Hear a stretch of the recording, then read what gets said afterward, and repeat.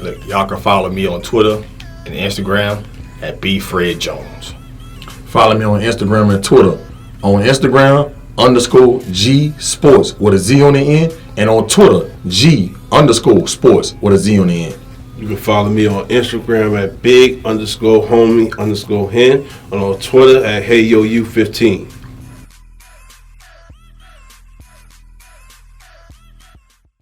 I'm Robby G from DPT, New Orleans' very own, and I'm watching the FAMU podcast.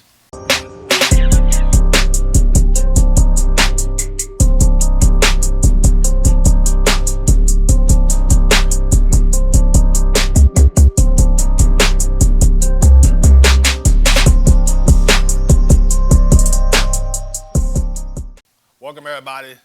Another episode of FanView Podcast. Shh, man, we rolling, y'all. We getting it in. I'm that boy Fred. G-Sportz back at it, man. Got my dog Rob in the building. Coach Hurricane here. Back at it again. My dog Robby, man. We been trying to get you on, man. Finally got you on, I'm bro. happy to be here, man. Finally got you on, bro. Big game this weekend, man. Don't we? Oh, yes. Got a big game this weekend, man. Let me start off by saying this. Roll Tide. Let's just get straight to the point. Listen. Even on the high school level. Big game this weekend. Oh, yeah. Even on the high Let's school not level. forget that, too. Yeah, yup. Curtis and And Coach. listen. Two big games. I'm big games. LJ's 1.5 born and raised. McClenneyville. Ah, man. It hurts the head. It hurts the head. But let's just say God do everything on time. Right. I had to make that decision. Right. Yeah, I had to. Right. It's the only way out of that one. That's the only way out of that one. You know, I'm 32. I went 32 years of hearing that trader word. Right. You know, that's the only one that set me free, right? For y'all that don't know, this Robby Green played at University of Alabama. 2008, 2009. Yeah. Now he's doing big things in the city of New Orleans with his DPT training some of the best prospects, not only in the state of Louisiana, but in the country, man. Every time I run across Robby at 7-on-7 tournaments or at camps, it's always to see him not only being a good mentor to these kids and training them, but a good life coach, as you like to say, man. I know you represent the Roll Tide.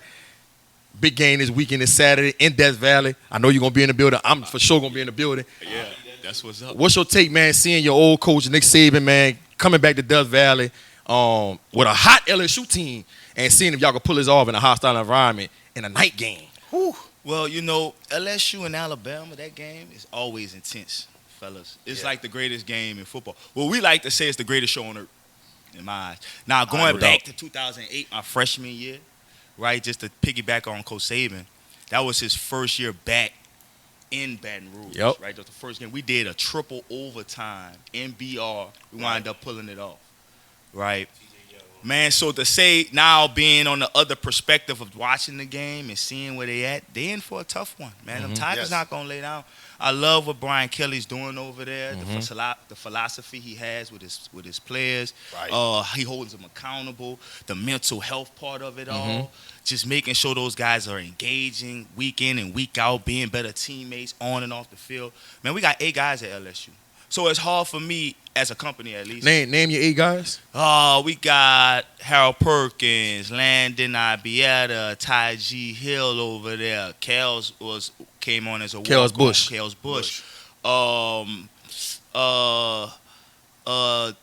Jay Nicholls is over there. He from St. Albans. Man, he was able to walk on and actually got some time in special teams. Scholarship, basically, if you're in my eyes, because he's playing on special teams. He's another one.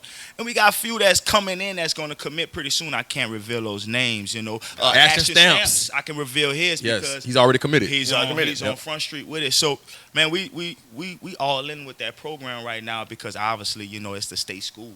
We want to see our boys, in the purple and gold, but we want to see them in a uniform, in a collegiate uniform, wherever they go. Because our goal as a company and as a brand, I think, just as a culture, is to advance the free education, whether it's graduating from high school or getting free education in college sports. Facts. That's just the goal. Facts. Period. I hope Coach Golden and Coach Saban ain't giving you a hard time about that.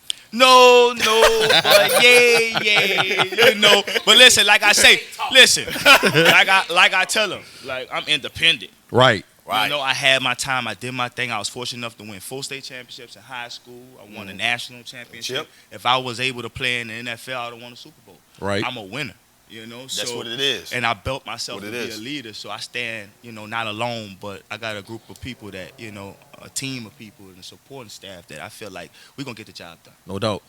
Let me ask you, Rob, you hit on something big that all of us can attest to, 'cause we from here. Mr. Tri-Parrot, but he close enough. Yeah, nah, he with us. Honorary, man. Yeah, he used to have it. He with us. But when you come out of the state, when you playing sports, then you go Power 5. The expectation is pro or bust. If you ain't make it pro, Yeah. bust. But then how you flipped it, and now you own your own company. You know, you CEO, you training and getting kids to the next level. You know, how is that kind of like a testimony to like it's not just the league, fellas. It's more like football, sports, period. But since it's football, you know, it got other avenues that you can go where now I'm not working for Woody Johnson. You know, I work for me. Right. Well, and to, you know, answer your question, you know, direct, man, you got to go through your struggle first, right? And like we tell our young men, like if you don't have a testimony, then how you gonna lead? You know, for me, I wanted to be a first-round draft pick. You know, we was talking about the Hoover game earlier. It's on, you know, it's on the YouTube channel. I was watching. I always go back and watch old games. Right. I played in old historian. I like to see it. You know, and you know, feel those memories. And I was watching maybe about 2 months ago. I was watching the Hoover game we played in, and I caught an interception right before half. Right, and it's on the bottom of the screen. It says Robby Green, goal to become a first-round draft pick, and it hit me. You know, because I remember at that age, that's all I wanted. You know, when I went to John Curtis in the 8th grade, I was on the bench. Like I didn't play at all. You know, my dad was a superior athlete. So, like in park ball, were you heavily recruited coming out? No, in park ball, I played baseball. I didn't play football. Wow. I played football 1 year at Norman. I'm from Algiers, so you know I live right down the street. I went to Norman. I played 1 year, right? Kicker, returner, quarterback, running back, receiver, deep. I did it all. And you actually went to Curtis to play baseball. Yep. But I played. I was 9 years old. I was 8, 9 years old when I started playing football at Norman. I took a lick. I kicked the ball down the field. It was crazy. I remember this lick. It's the only play I remember in my youth football career. I kicked the ball. Right, running down to go make the play on kickoff. Guy from Christopher Holmes. Pow! Stuck me. Ear hold me. Man, I'm laying on the ground, saw stars. All of crying my eyes off. You know how the first time you get your wind knocked out of you, it was one of those moments. My dad come down there. I'm feeling even more like a failure because all I want to do is be better than you. Right. And you on top of me telling me, get up, stop, you know, be a man. You know what I mean? You know how your pops up. Right. You know, and honestly, I think my mom made the decision right there as a family, like, my son ain't playing no more football. He's not ready. Right. And then we did the baseball thing, and baseball is my first love. Wow. Real talk. Like, I really felt like I could have played baseball on the next level, too. It's just I had got my college scholarship in football first. Right. So, you know, I was always told you can't love 2 women. So, obviously, you know, with football and sports, you got to love it. You can't like it. You got to be in love with it, you know. So, it was one of those things, you know. So, it was like I had to pick one. And I told Coach Johnny, who was our baseball coach at the time, I told him, look at this, I'm strictly football now, you know.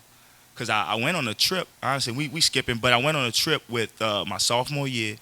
I wasn't even supposed to go. They wanted Joe up there. It was Joe and the rest of our seniors they wanted to see. Clemson, Coach Bruton Burns was working at Clemson at the time. So Burns so he was at Clemson before he came to Bama. Yep. That's how, you know, that's how me and him got close. Like, I was going to really go up there. That was before Dabo was even there. That was before Dabo. It was Tommy Bowden. It was Tommy Bowden. Right. Tommy Bowden, the head coach. And he probably had the ties from him when he was at Tulane. Correct. But Okay. That's how that Burns also, he coached with his daddy. Bobby. at Florida State. His last couple of years before time. Before he took And over. Coach Burns is a legendary. Shout out to Coach Burns because he played a major role in my development and my mental health and me just becoming a better man. Like, this man is very, impactful in my life. Real talk. But here's the question. You grew up in the LGs. At that time, you got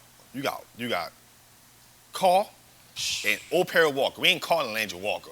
Old Perry Walker. Yeah, that's why I know him. They put dudes out. Don't forget, LB Landry wasn't no slouch. LB Landry will come in and give you a run for your You know money. what I'm saying? They wasn't no slouch. LB Landry will give you a run for your money. They would. So how? West Jeff too, because Marlon Fave. They went undefeated. They went undefeated in 04. Some dogs too. Y'all just not just gonna keep skipping over Higgins. And Higgins was my boy Skylar Green. Shout out Scott. You know what I'm saying? Skylar Green is my cousin. You know what I'm saying? My brother, Dogs at Shit, y'all just ain't gonna forget over Shaw. Hey, listen. Kerry. Hold up. Let's just shout out the whole West Bank. Thank you. Let's just do that. Honestly, and I might get backlash from this. I might get backlash from this. Washington? But I believe the West Bank has the best talent in Louisiana. It ain't close. Woo! It ain't close. Ooh, don't let them boys cross that river here. That's what I think. Most of the boys from Cross River catch the RTA. You right. To go cross the river. You right. He said most talent in the state. So we talking Tri-Parish. We talking Tangible Whole. We talking. Now you know what's wrong with you don't see it enough like you used to. Is the demographic didn't change, the culture didn't change, it's changing for our guys to mentally want to get out of this and see a light. So this is why I jumped in here instead of going to Alabama. If I don't went to Alabama and do what I'm doing, I'd be a millionaire right now. If I would have went to Texas and doing what I'm doing right now, I'd be a millionaire right now. Like, I'm in my city giving back to my community and taking a cut because it's not about the money. I'm trying to uplift the youth here and show how talented we really are. Right. And really kind of control the narrative. Yep. In a way. Yep. But how you get to Curtis though? All right. How does thing get to Curtis? All right. I went to 4 different elementary schools in high and as a youth. It wasn't that I was a bad kid. I was just intrigued. Right? Mischievous. Controlling the narrative. Boy, you was bad. All right, we all have that stuff. So, went from Havens. I went to Havens, right there now. I went from Havens to Holy Name of Mary. From Holy Name of Mary to St. Anthony. St. Anthony. St. Anthony for 1 year. I failed in the 6th grade. That's when I started getting interested in girls. Right? A lot of distractions at that time. Yeah. Not doing the right things in school. Lying a lot. I wound up failing 6th grade. So I had to go to summer school, and I changed schools. I went to Terrytown Academy. I did their summer school program, wound up passing, was able to stay in my right grade, which I probably wish I would have, going back on it, I wish I would have just held myself back. That'd have been a cheat code. I wish I would have just held myself So you would have graduated at 19? Yes. Ooh. But honestly, listen, the year I won the national championship, I started at Alabama, right? I could have been a senior in high school. I could have held back twice. Coach JT, honestly, brought me into his office, my 8th grade year, and sat down with my parents and asked me if I was willing to do it. And at the time, obviously, I'm thinking, I'm not dumb. I don't want to be in the class behind me. I'm looking. It was an immature decision. Right. Because I'm thinking of how it looks. Rather than the business part of it. Like, what he was saying was actually right. Like, the maturity part, you being prepared to go and compete with men. Now, athletically and physically, I was able to get in there and run with those guys. But mentally, when I was able to get the world and no one told me no, I wasn't ready for that. Coming from New Orleans, not having to having and not having no one to grab you by the neck and tell you, hey, shake you up and say, bro, chill out, slow down. Like, you gonna run into a brick wall, you gonna crash out, or you gonna self-destruct. One of those things are gonna happen to you. You're not gonna make it doing this. Right. And that's what it was, because I had fun at Alabama. Too much fun.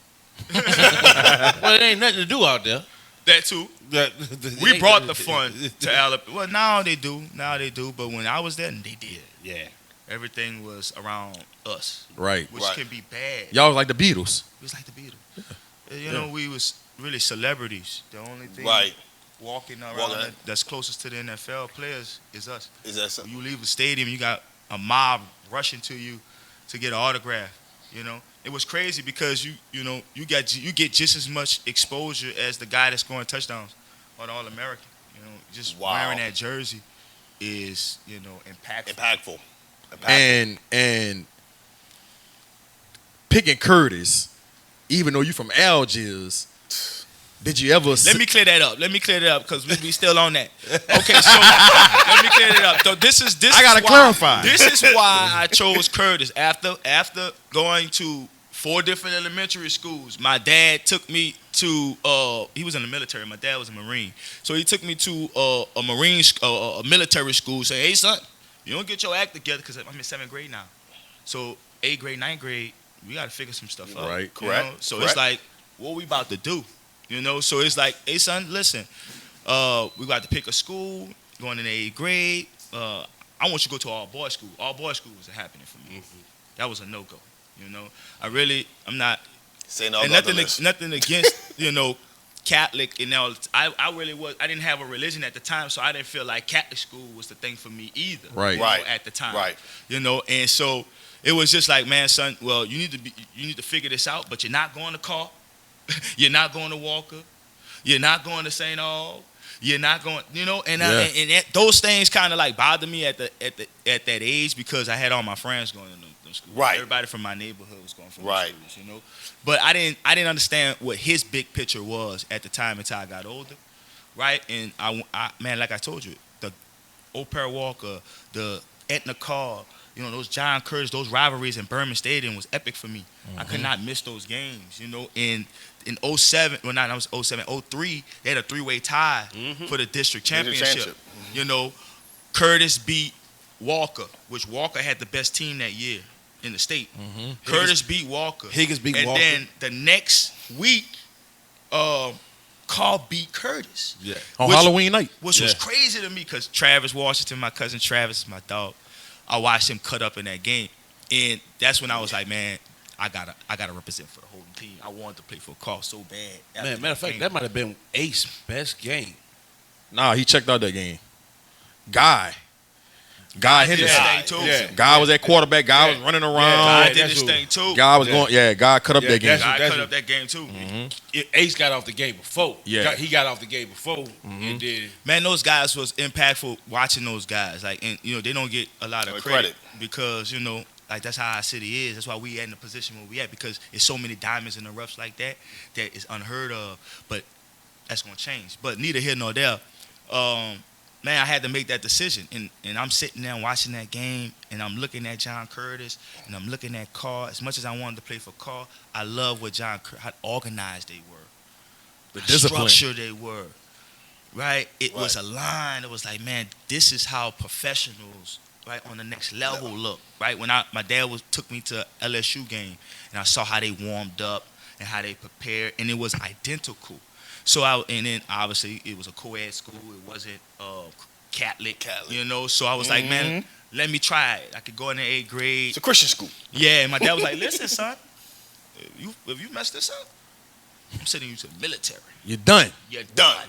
You're going to military school. So I went into John Curtis with my mind made up that I was going to do all the right things, and I wasn't going to be that mischievous. Right.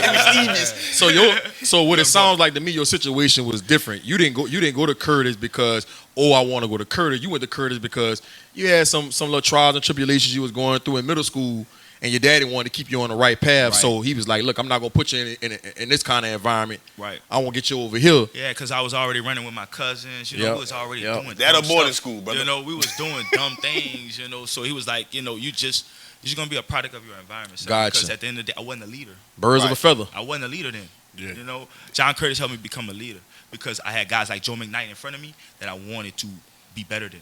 Gotcha. Like Joe McKnight had every college in the country come and pull up. He had every college scholarship. He went to USC. Man, I went to Bama. What's up? So, and rest in peace, my brother. I love him, but that's the type of dynamic we had. I wanted to be that guy. I played on no one else could say that on that. We won 4 state championships to get on that team. Me and him went to the two most powerful programs at the time. For real. At the time. So I feel as though I'm just as elite, in my mind. Maybe not on paper, because I listen, I respect, like, I put him in the category with Dion and you seen him, Reggie Bush. Reggie Bush, those guys that come, Leonard Fournette, they different. Right. they So Joe the best in the state that you've seen. He's the best that come out of the state. Let's say from 2000 on. I don't want to go prior to that because you get into let's say that I played with. Okay. That I played with. He's the best football player that I played with. Let's stay right there. Because you hit something earlier about the West Bank. And during our era, and even your era, you talk about from the Darryl Johnsons to the Buster Davis to right before our era, Cardell Stewart, Reggie Wayne. Yeah, man. Like Buster, Dennis, the guys that's supposed to be here, that went like across this cross river, like Sylvester McGrew, Mike Wallace, Scholar, Chad Jones. Chad Jones, yeah. Fave, who was on last week. LSU. Freeway. Play baseball. What is it about the West Bank, especially back then? Because it was like everybody was cool with going to day school. Everybody was cool. Unless you went to a private school, you went to your school, and it was some battles. It was battles from like anytime anybody played on the West Bank, it was ridiculous.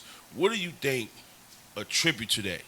Because it started in park ball too with us mostly. I think just the culture of football down here. Like, I've been all over the country in all different demographics, playgrounds, and because I love the sport and I want to see how their fan base, how their support system is when a game is happening. Man, there's no place like this place.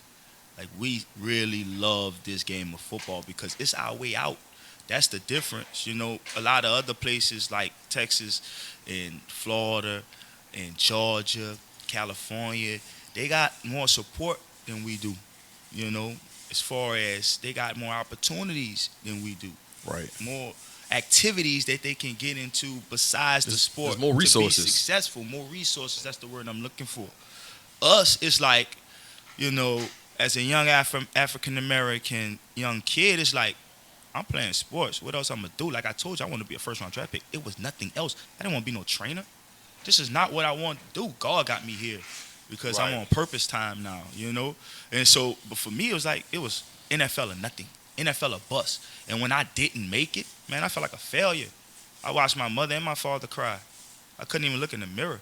You know what I mean? At myself, because that's all I ever wanted was to play on that next level, and being in the space I'm at now, I realized that, like I say, God do everything for a reason. You gotta really, stay your course. You don't really question why you going through what you're going through, why you're struggling, why you might be having some sort of stress.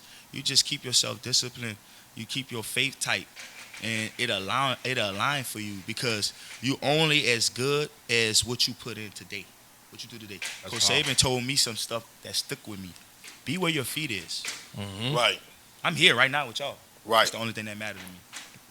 It's the only thing. What this conversation brings, who we touch, who we affect, like who we empower. That's all that matters. That's all that matters. So that's taking me to my next point. You got dismissed from Alabama. Yep. I remember you getting suspended multiple times. Yep. And then after that last time, I remember you being devastated, just hearing the stories from different people I knew that knew you. Take me back to that time and how that made you grow as a person, and what did you learn from that, getting dismissed from Alabama, knowing you was going to be that guy that next year in the secondary and probably be a first or second round pick, and it went on to win a national championship. Right. Take me back to that time. Painful, stressful, but a lot of people don't know we was dealing with a lot of family issues too, and I don't want to throw, nobody underneath the bus in my family. It was troubling, and I didn't find out till late. They was trying to hide it from me because obviously I was the breadwinner in my family, so they didn't want to bring that to me. But when it hit me, I really didn't know how to handle it and juggle. Like I said, I was 19 years old, winning national championship. I go to California. I'm with Snoop Dogg, Warren G, right? I got access to anything I want. You know what I mean? So it was just, man, I was smoking weed. I was partying out. I was having fun with this one and that one. And I'm going to sleep at 3, 4 o'clock every night, you know? Wanting to be a superstar athlete and a rock star. It doesn't add up, you know? Can't do both. You can't do both, right? Right. And it got to that point. I came into Alabama. I didn't stay on my course of staying hungry. When I got to Alabama, like I told you, I had to work myself up. I went to John Curtis. I was on a bench, 8th grade. My coach, Coach Corey, and Coach Francis, rest in peace, Coach Francis used to hold me by my bridges and throw me into the pile to force me to go make a play because I was just that timid.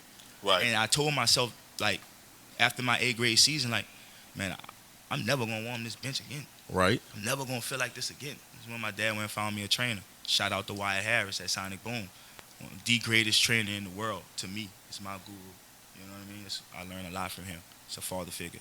But, yeah, I got with training. And then 9th grade came, man, they saw a different beast. It was like day and night. 10th grade came, I'm alternating. Right? And a lot of guys in high school, I had to tell them all the time, man, I didn't really start until my junior year in high school. But you was I at didn't a start program. playing football until my 8th grade year. You got time. It's really about how much work you put in. Like, I put in a lot of work. I work with Robert Meacham, with Devery Henderson, Tracy Porter. Tracy, Yeah, Marcus Colston. These guys was in the gym with me. My 10th grade, 11th grade, 12th grade year in high school. We getting it in. And the crazy story is the year that I won the national championship in 09. They won a Super Bowl. They won a Super Bowl. We was all training with each other. The off season before that, talking to each other how we about to wreck this year. The irony.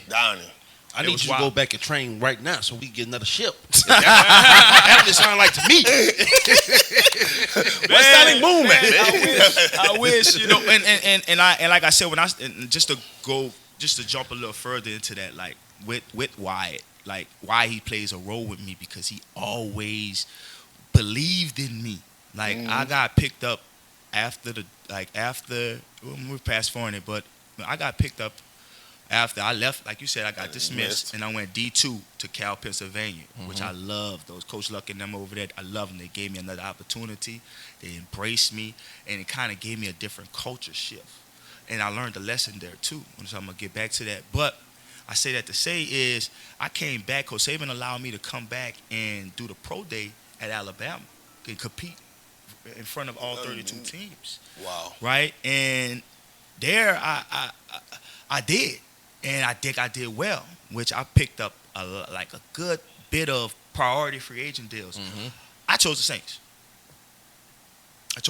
They wasn't giving me little to no money. It wasn't about the money. Like you said, I was a trader. I had that in my heart. Traded 2 times, not going to trade again. Right. I'm coming home to the Saints. And, you know, I forgot the DB coach name at the time, which it really don't matter because obviously I didn't play for the Saints. Right. But, you know, this is the type of things you deal with, you know, just like The Rock said about being part of the 99%. You know, I don't know if y'all saw that little spiel he had about him being part. I'm 99%. Right. You know, hey, Robby, you're a good athlete. You got all the intangibles. But we just not choosing you. Right. Correct. I watched a D2, D3 guys get picked over me. And it, like, crushed me. It did. But you got to think all the stuff I went through in college was weighing on me too. Right. Like getting over that. Right. Right.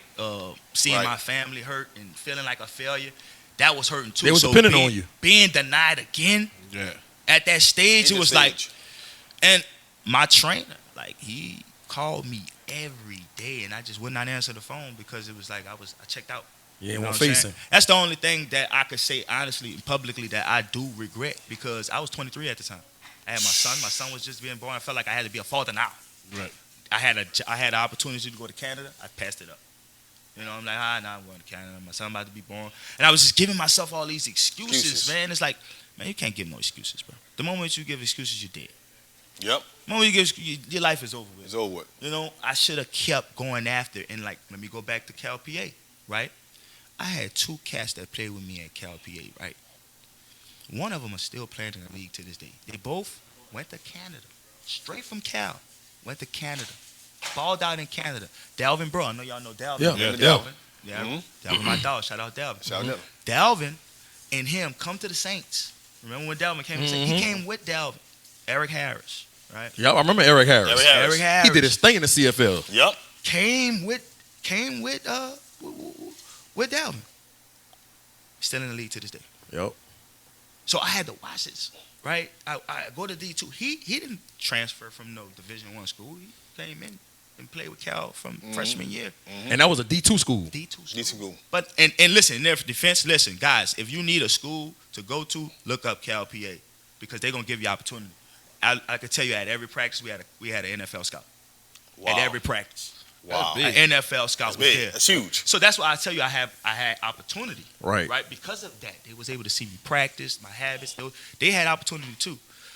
But we had recently got Eric Harris on our podcast that we have, me and Jordan Jefferson, who's my colleague. And he was able to explain to our youth his journey and how he got where he got, which is totally different from me because I come from a Division I school with all the accolades and don't make it to the NFL. Get cut. He come from D2, go Canadian, and then play, 6-7 years? Right. That's impactful, man. Right. That's that, and it's like... Not many people talk about that kind of journey. Start, That's how you finish. It's how you finish. right? Well, let me ask you this. It's a question that I love to ask young black entrepreneurs, especially ones around my age. I asked G this question when I first met him. You know, like, why G-Sportz? Like, what made you do G-Sportz? And when he told me, it's like, gave me a new, man, look, nobody, I want to give people in my city a chance to get out. Like, shit, that's what I'm all about. I'm all about the kids. That's what's up. I want to ask you, what made you say, all right, I'm a train. I'm not going to go join like the people that made it in, like the GLSs and all this stuff. I want to start my own, do it my way. Well, like I said, I first initially, wanted to join my training at Sonic Boom, and I did, and I learned a lot. And realizing that, I got so much to give inside of me with my testimony. Sort of like, like I'm doing this to help young individuals not go through what I went through. Right. I'm a navigation system. That's what I am. You come in, I got information, I give it. You take it, you apply it, you win. It's proven. We've been dealing with Justin Jefferson since he was 8 years old. He's seen the process. It's no coincidence he's doing what he's doing. Devontae Smith, I've been knowing Devontae since he was in 8th grade. I've been pouring these same values into him. It's no coincidence that he's doing what he's doing. BigHenry wanted to leave Alabama. What? Yeah. He wanted to leave Alabama. Why? He wasn't playing. They had fullbacks that Oh, were yeah, with him. TJ Yeldon. The year before Alvin he won the Kamara. Heisman Trophy, he wanted to leave Alabama. He didn't want to wait behind Mark Ingram now. Well, Mark Ingram wasn't there, but it was TJ TJ Yeldon. Yeldon. one of my favorite running backs from there. Keenan Drake was there with him? Keenan Drake, one of my favorite running backs from there. And Alvin Kamara was there before Alvin Kamara transferred. Alvin Kamara was there. He was there. He signed. He signed when Ingram, because it was Kamara. That room was Kamara, Derrick Henry, Mark Ingram, T.J. Yeldon, and Keenan Drake. Yeah, Keenan Drake. So he had to wait, and he was, Mark wanted to transfer. I had to talk him out of transfer. Listen, I was the first person to tell Mark Ingram he was going to win the Heisman Trophy. We running 110s. We running 110s. We dying out there. They telling us, we gonna send y'all home. This is Alabama. They talk, right? Trying to scare us, man. But I was built different. I've been training. Like I said, shout out my trainer. He had me prepared. I'm running the 110s like it ain't nothing. He from Michigan. It's a different heat down here. Man, stand up, lean on me, brother. You gonna win the Heisman this year. This is our sophomore year. We're going our sophomore year, so we had a year under our belt. Yeah. He looking at me like, come on, B. Nah, B, come on. Nah. I need you to believe this. You gonna win the Heisman this year. He saw something in him. Oh yeah, I've been did. I saw something in him before he got to Alabama. I helped him get to Alabama. You was his host? Nah, his host. We came in together. Oh, y'all came in. Sure did. Sure did. So Right. I knew Mark when we was juniors. Mark wanted his When junior we was sophomore year. juniors, we was keeping track with each other y'all and stuff y'all like part that. of Like, that hey same man, you're not group. going to Michigan State. You coming down here. Hey man, you're not going nowhere. You coming down here. But I was like that, not just with him, with a lot of like people that played at Alabama. Like anyone that came from Louisiana, I was the guy, that was with him. Any top athlete. Right. I had Giovanni Clowney, to just name one. that was with us. Ruben Randall. When he came out, those guys sat down with me. I hosted them. Make sure they was all right. But we kept it just like with those, we kept it real from jump. We keep it real with them from jump. You pick a school based on you. You don't pick a school for a coach. You don't pick a school for tradition. You don't pick a school for a championship. You pick a school because they're going to develop you, right, to the best player you can be. They're going to educate you. You're going to gain knowledge. They're going to celebrate you, not tolerate you. Right. And that's why a lot of our kids get confused that they just want to go to the school where, they feel like they'll get the most exposure. But that's not always the best decision because they're going to find you. I just told you about Eric Harris. Yep, they're going to find you. They're going to find you. You just got to have the intangibles. Listen, Khalil Mack was the 5th overall pick and went to Buffalo. Right. They're going to find you. Right. 5th overall pick. Buffalo. But what? Where's Buffalo? They're going to find you. Yeah, they are. You don't have to just always go to the elite school. If you're athletic and it shows itself, they're going to find you. Antonio Brown, and we don't have to elaborate too much on him. Central Michigan. And what he's doing. But You know where he started at, though? But where he started at. Alcorn State. And I was watching this podcast on him the other day, and he was basically saying how, man, when he entered the league, man, I had to play special teams. Mm-hmm. I worked my way to get to this. Yep. So for me to have what I have is, I could wear this kind of ego and this confidence. I shouldn't be judged because of that. I respect that. Because a lot of people don't know where we come from or how hard they don't know your it is story to get here. Yeah, right. People just judge you because what they saw in the media. Well, I had every media station in America blast Robby Green is no longer at Alabama. He's been dismissed. You know how humiliating that was? I remember that. I had to come home and to my dad and watch him say, "Son, you humiliated me. Like you disgraced our name, and that hurt me." But all I could do is look that man in the eye and be like, "I gotta change this." Because this ain't me. I hurt you. Like people, but I owe that to my father too because he built me different. A lot of that military stuff did kick in because even though he was saying what he was saying, I could look him in his eyes and know that it was from pain. Right. It's just the pain, it's kicking in because you saw so much in me. It wasn't even about me making it to the NFL. It was just about me accomplishing my dream. Like, never mind on that. But I was about to say some stuff that I should never say on this. But like, even when we got offered money for me to go to certain schools coming out of college, coming out of high school. You know what I'm saying?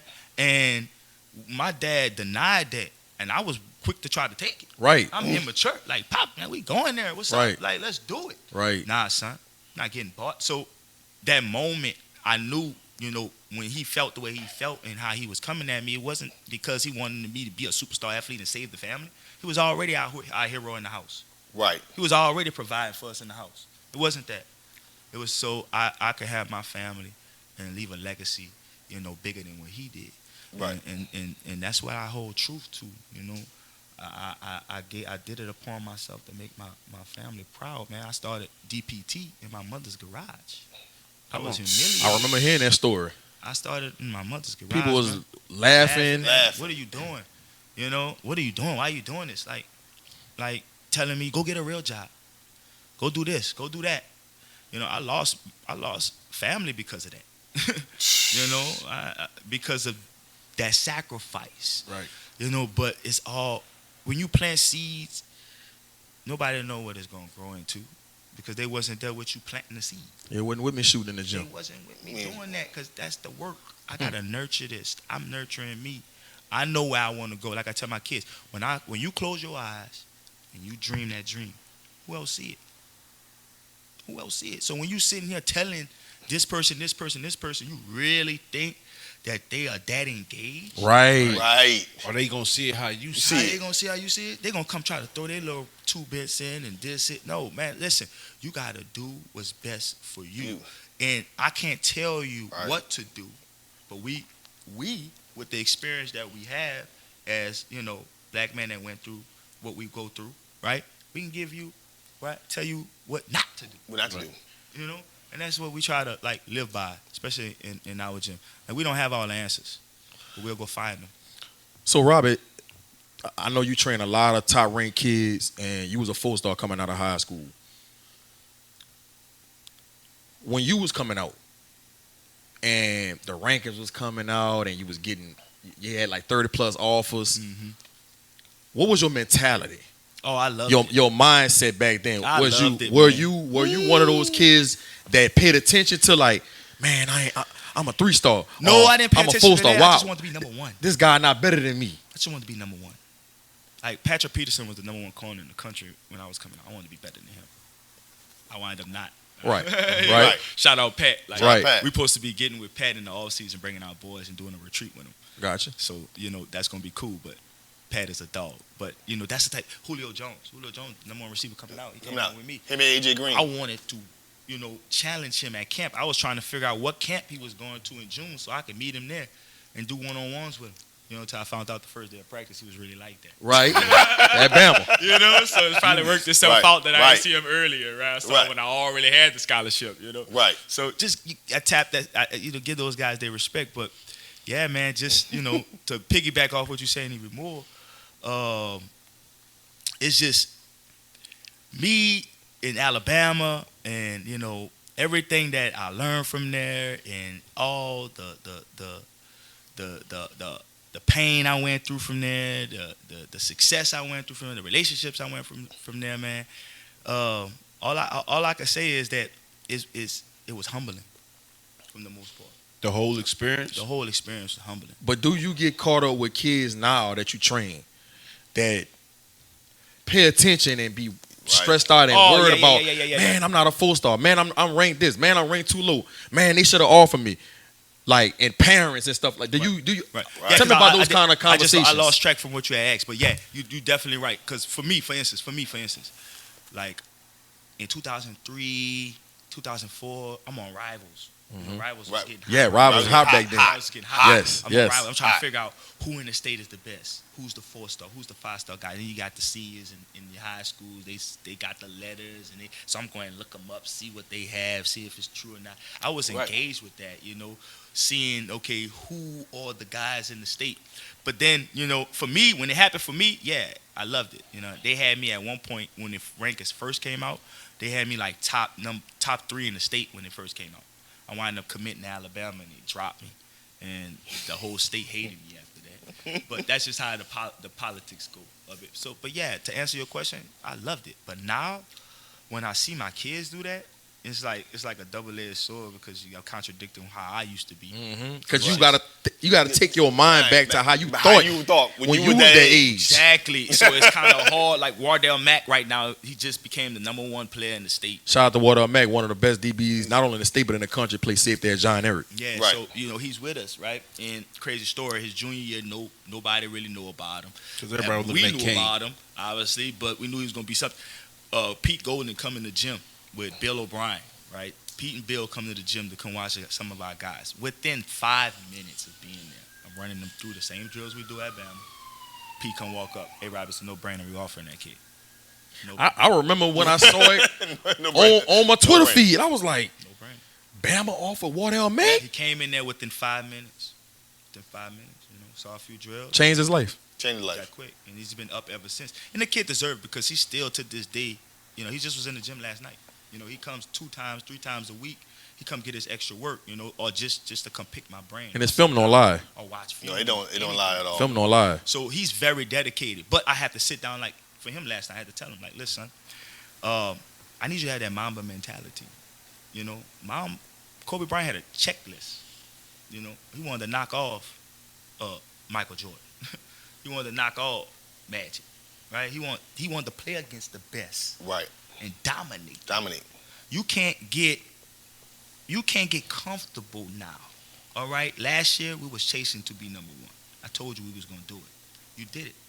Now it's to the point now we gotta switch our mindsets to this is what we're going to do. Because it's going to get done. Devontae Smith, I told Devontae he was going to win the Heisman. He was going to win. I ain't going to say the Heisman. I told him he was going to win the Best Receiver Award that year, and he did it. He went out and won the Heisman.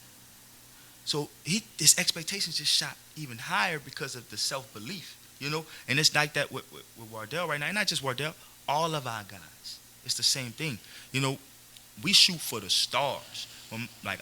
For instance, I asked Tate, and all our guys do an onboarding process before they come in. You got to sit down with me for like 30 minutes to an hour, and I have an assessment. ask you different questions about yourself. I'll give you information about me and our program. It's just me and my wife do it. It's just a way for us to get to know each other before we even bring you in part of our family. I like that. Because I got to know if you're going to be standing right next to him, training with him, you on the same pace. What got me, and I don't blame no one for me not making it to where I was at, but I didn't always have the same mindsets around me. Correct. So everybody wasn't going on the same path. Yeah, I'm going. Right. I got practice in the morning. Y'all are laying up. You know, I got to go wake up, but I didn't stay up with y'all all night because it's entertaining, you know? Right. And so it's about separating that side of it. And, and that's just where he at. Like, it's time for you to really separate yourself from a whole different level than where you at right now. You cannot be complacent at all. I'm looking at your body. It's not where it needs to be. Are you working out at school? Or are you just going through the day to wait until you get here? This is not enough. Right? I was at school at John Kerr's in that weight room, getting it in. Then after practice, I'm going to see my trainer, getting it in, because I knew one day I'm going to be in front of Julio Jones. Right. One day I might be in front of Robert Meacham. I'm training with Robert Meacham.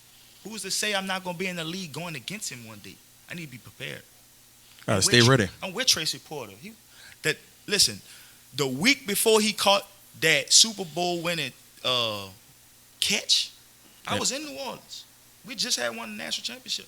I'm in New Orleans. I'm with them, training with them. We going over the film of Reggie Wayne and Peyton Manning. We going, me, Wyatt, and Tracy, watching the break, watching that same play. He happens to and he talked about that on the interview. Yep. He happens to run the route. It wasn't no coincidence how he jumped it like that. We knew it was coming. Tracy was supposed to catch 2 picks. We told him he was going to catch 2. He dropped the first one. It was a deep ball. Mm-hmm. He was supposed to catch 2 picks that night. Second quarter. He was supposed to catch 2 picks that night. You know, Tracy, I tell you, that's my big brother. You know, but he another one got a really good story. Yeah, man. Really went to Port Allen. Port Allen. Indiana. Went to Indiana. Right. What, third round pick, second round pick? Nobody expected Tracy to go to the league. Nobody expected it. Man, Tracy came in, and then I like his hunger too. And then, you know, he made me better. You know, just giving me free game. You know, with no strings attached. A lot of people here in our city, especially, want to give advice or give some type of support with a string attached. Yeah. What you gonna do for me? Yeah. And that's what, you know, that's where we come in. You know, that's why I love why you do what you do, because it aligns with why I do what I do. I pride myself on connecting with those men, because that's the only way we're gonna be able to bring awareness to our struggle, right? And be able to, you know, pull the next one. Pull the next one. It's like passing the baton, at least. Go as far as you can go and pass it to the next one. Yeah. No hidden agendas. None. Yeah. Let me ask you this, Rob. What is the biggest difference you see from athletes from when we played, from when we played to the ones you train now? Mentality. What's the biggest difference you see? Is it like the skill sets or whatever? Nah, the skill gonna be the skill. Kids gonna be the kids. It's mentality in the parents. It's mentality in the parents. They quick to go to social media, a media or someone that don't know or haven't been through it. Right. I just posted. I can show it to you. I just posted this maybe 3-4 days ago on Facebook. I said, and Twitter. I said, parents are the #1 dream killers. Yeah. And I had like 4 people like text my phone. I had like 2 people call me, and I had like probably like 12 people DM me. Man, what you trying to say? Parents. That's what I'm trying to say. What you trying to say is what you're trying to say. But no controversy, y'all. Nah, no controversy. Gotta do better. And it's not all parents. No, it's not. But continue. It's that prima donna-ness. Like it's like, but it's like you said, not understanding. Yeah, it starts at home. Not understanding the process. It is like you say too. The game. They don't know how to play the game the right way. Because once it's out there, it's out there. Mm-hmm. You never getting it back. So now you got to do 20 times more than what you're doing now just to erase that. Right. One mistake. A quick, I'm mad, man, coach giving the ball, man. Now you got to go out and be flawless for the rest of your high school career just for people to say you don't have a character issue. Right. That too, but you got these cases where everybody thinks their kid is D1. Yep. Power 5, unrealistic expectations. Not to realize that their kid can go to somewhere let's use an example. Let's say Memphis. I'm just using a location where a lot of kids went to school there. Then you could become a good football player, and you could probably go pro. I'm just naming a school. Right. But everyone thinks that their kid is Power 5, SEC, Big 10, Big 12, whatever it is, with not realizing, you know what? Your kid may not have the size to play in the SEC. Doesn't say they don't have the skill set. Doesn't mean they can't be doesn't mean that they can't get to the pro level at football. Going to UL Lafayette, going to Rice, going to Southern Miss, going to SMU over there in Dallas. Going to Tulane. Tulane. Let's shout out Tulane. Going to Tulane. I tell my players all the time, it's not too many trending holidays. A guy that's severely undersized. The next one person I could think of outside of trending holiday that was just severely undersized was Puka Williams. Right. It's not too. Ain't too many of those. And he one of the best players to ever come out of Louisiana. Yes. You know, look, hands down. As good as Trendon is not up there as high school players in the state of Louisiana. That's just, it's no shade to him. It's just, the fact, it's a reason he got brought to LSU for track first. They seen him play ball. Left like, all right, look, come return kicks for us. We don't want our guys. I seen Dominique Davis back there. You know, look where he at now in the league. I seen this one back there. Look where he at now in the league. You know, he not doing what he supposed to.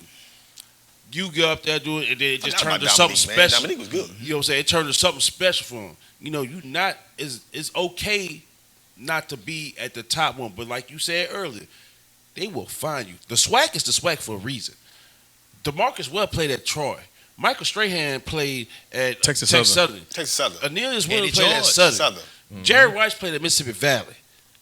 Shannon Sharp played at Savannah State. Steve McNair played at Alcorn. Steve McNair. These are all Hall of Famers that we name it. And they came out against when Ohio State was Ohio State, when Michigan was cream of, when the Big Ten was the cream of the crop, when the SEC might not have been the SEC, it was the Southern Conference, something, whatever it was. It was like you don't have to drive in a goddamn Porsche to prove that you have money. Right. And that was in an era where you didn't have all the exposure that you have now and the social media and all these different dynamics that come into play. All right. They had to come find you for real. ESPN wasn't 24/7. All right, so when I was getting recruited, how I was able to get 35 scholarships with a coach that don't even give us letters or even allow us to know we are getting recruited. All right, and that's no shade to my coach. It's just that's a kind of a good thing because it kept all of us level-headed. No one felt like they were superior. Even Joe didn't even get his stuff. All right, so what me and my family did was create our own highlight tape. And back then you had to burn them on VHS. CD-ROM, baby. CD-ROM, baby. We was VHS. My bad. You came right after that. Yeah. So we made 100 DVDs and sent them to every college in the country. My mom made this portfolio, the bio. My cousin Hank Turney played that call when they won the state championship too. He was there with Patrick Surtain. Yeah. My cousin played tight end. Yeah. He was there. But he did the edits for me, and we sent them out. And I didn't think I was going to get no feedback. Like I said, I was out at halftime of every game. So my highlight tape really didn't show what I wanted to show. I only had, 4 picks. Right. On the whole thing. So, and we wound up getting a lot of feedback. My first offer was Clemson. And how I got that. Clemson? Your first offer?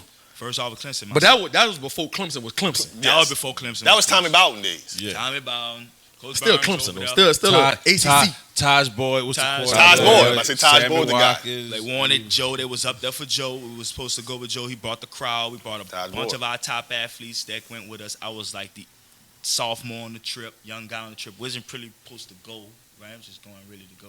I'm glad they took me. And all I can hear before we would start the camp was this 4-star receiver that just committed to Clemson that day. And then they had Willie Korn was the quarterback for Clemson at the time. He had just committed too. So I'm like, oh, yeah, they got these two out here today.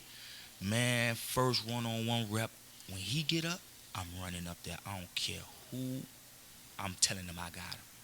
So he get up there. First guy go. Then he get up there. Man, I forgot the guy's name. He was tall, about 6'4".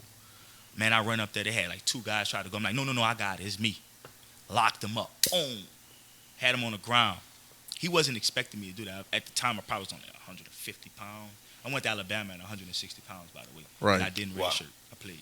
So just show you the heart. Right. But I was like 150 pounds at the time, maybe 145. I locked his ass up. Right, excuse my French. But this is for the kids. But I locked him up, so he wanted to go again. That's what turned me up, because now you bringing exposure to me now. So he like, nah, I want him again. So they stopped it and made us go again. He tried to run a post, knocked it down again. Willie Corn is your quarterback who's throwing it to you. So you can't say it's not the quarterback. So after that day, you know, they called me back to the office, and, you know, Coach Tommy offered me that day. It was like, oh, man, you're going to be incredible. Like, we want you now, you know. And so, which was ironic, because I was not even expecting to get that. I'm telling you, the year before, right, I was on JV. Right. I had just started becoming, or feeling like I was getting better. The year after that, I was getting pushed into the power. So this 2 years later, I got a Clemson scholarship. I'm like, man, this is going crazy. Right. And I'm immediately thinking about, what about baseball? Right. I'm on the way home like, what about baseball? Right. You know, and I get home, and at the time I was staying with JT because this was hurricane season.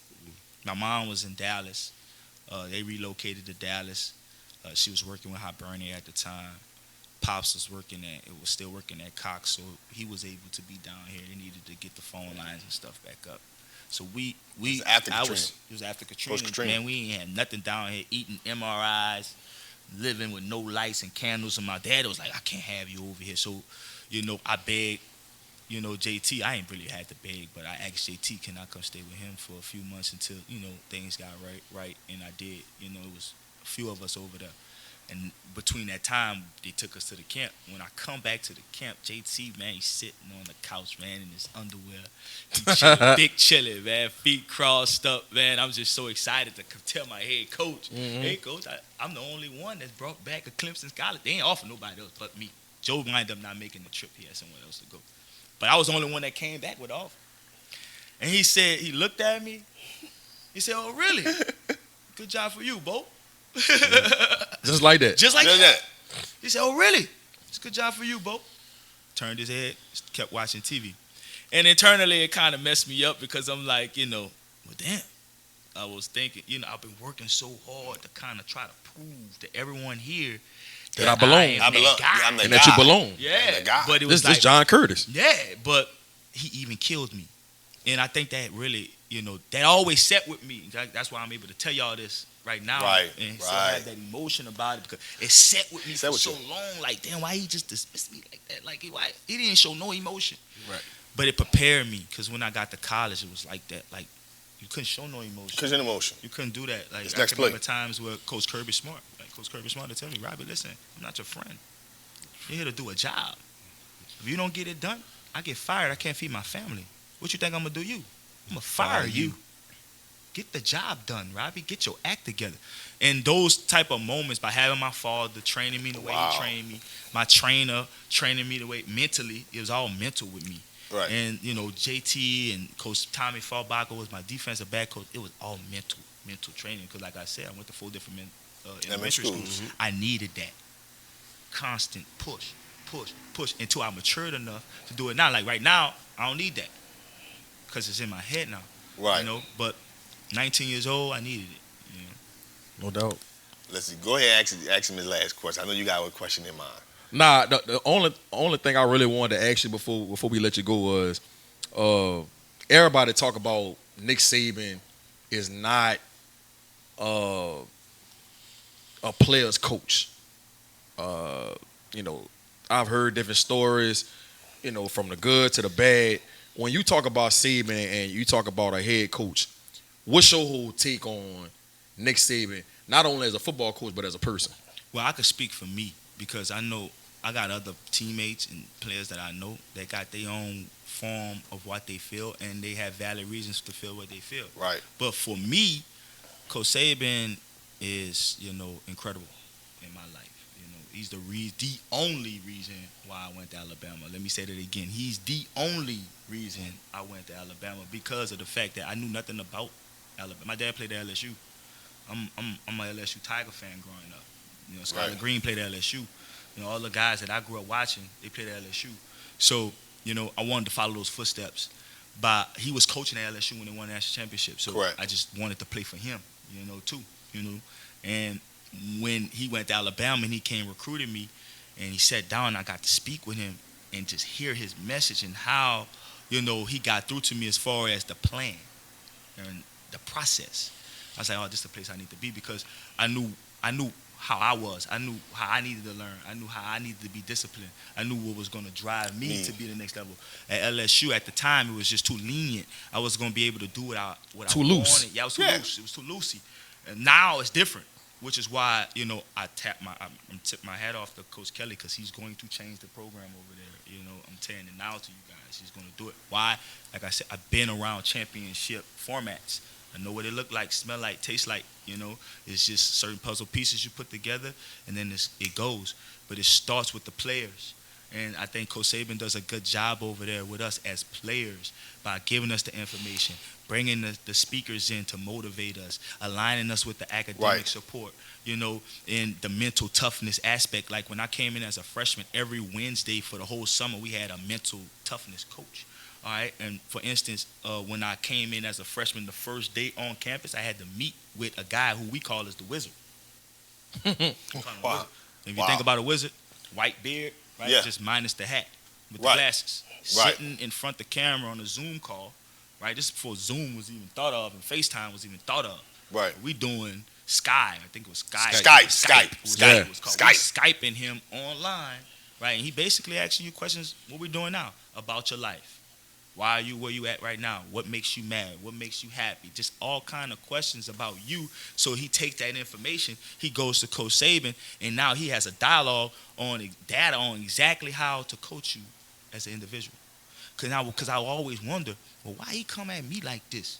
But then he talked to this guy in a soft voice. Right. Because he can get through to him that way. If he talk to him how he talking to me, he's going to shut down.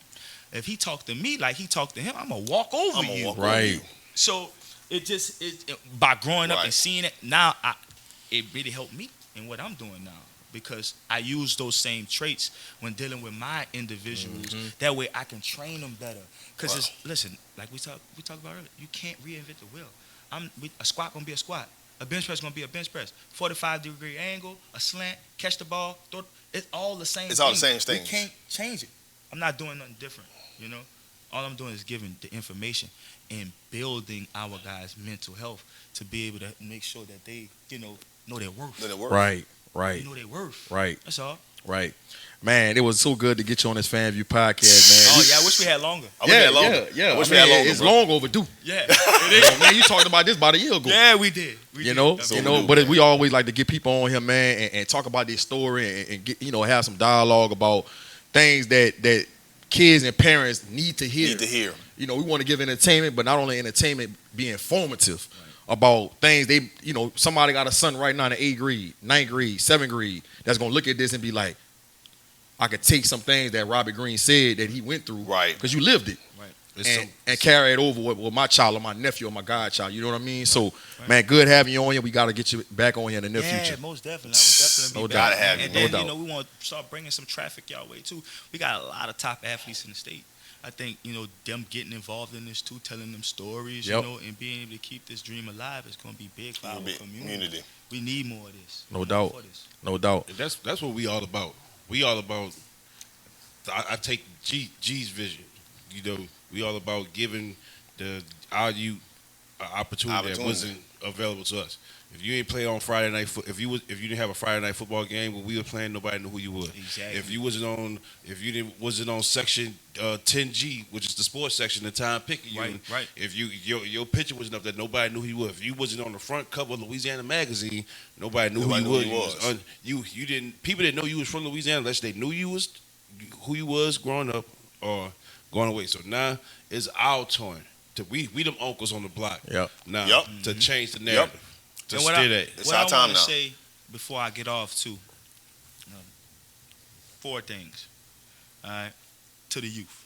All right, identify your short-term goal that leads to your long-term goal. All right. From there, know your dream. Know your dream. What are you dreaming? What do you want? And if your dream doesn't scare you, it's not big enough. For instance, my dream was to be a first-round draft pick. It wasn't big enough. Hall of Fame or nothing. If you're just striving to make it to the NFL, just to put on a helmet like the rest of these helmets in college and high school, it's the same equipment, same jersey. And it's not enough. Right? You want to reach the top. And number 4 is MVP status. Live with that MVP status. Mission, vision, purpose. I like that. Don't focus on the purpose right now because you gotta go through your testimony to get there. Through them struggles. Yeah. Just no doubt. Identify your mission and what you want in life. For me, I wanted to get every college scholarship in the country. I did that. My vision was to be a first-round draft pick. Didn't happen. But God is a loving God, and He led me to purpose. Led me to purpose. And I stood to the script. I betted on myself. Bet on yourself, and you'll win. You're doing a damn good job, man. Good job, bro. Yeah, you're right. Make sure y'all subscribe to the FanView page, the G-Sportz page, like, share, tell your friend to share to another friend, to an uncle, whoever. Man, keep tuning in to every podcast we gonna drop every week, man. Yeah. Robby Comment Green. and like. Comment, watch. Yeah. Subscribe. Watch, subscribe. Yeah, man. Yeah, you're right, man. My dude, Robby Green, man. We signing out. Yeah. Tell them your podcast real quick too. Well, listen, we And how to find Robby Green. Not necessarily a podcast. It's something that we do strictly for our guys in our building. We do it over Zoom, just to keep them, mentally tough. It's a mental tough program. But how can they find you on IG or whatever? DP Training 1, that's me personally. DPT NOLA is our company page. We also got a management company, CSG, Chosen Sports Group. We started an event service. Now we're going to cater to 7-on-7 tournaments and showcases called Combat Sports.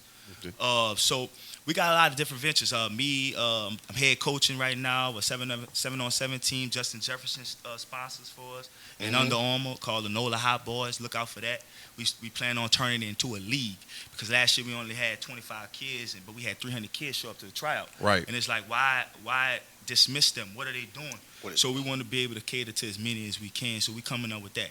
But you can find us at 3924 Conti Street, Mid-City, New Orleans, right next to the Rouses. Pull up. Right next to the Rouses. He could have been on the West Bank again, man. This man, I know, but I need to get 30 minutes from everybody. I got you. At least. The business plan. Because you got to think, we got people come from Shreveport. We got people come from Monroe. We got people come from my school, Texas. Yeah, so we love what we do. We love what we do, man. Yeah. Listen, man, it's great having you, man. Listen, great having you for the FanView podcast, man. Listen, we getting ready to sign out. Listen, don't forget to subscribe, watch, like, comment, you name it. It's the FanView podcast, man. Listen, I'm that boy Fred. G-Sportz. Coach Hurricane here. Robby G. Till next time, we'll see y'all again. You did. You did.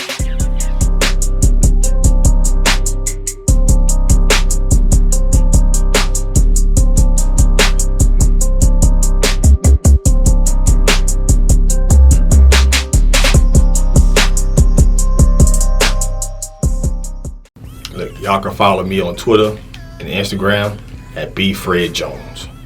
Follow me on Instagram and Twitter. On Instagram, _G-Sportz with a Z on the end. And on Twitter, G_Sports with a Z on the end. You can follow me on Instagram at big_homie_hen and on Twitter at HeyYoU15.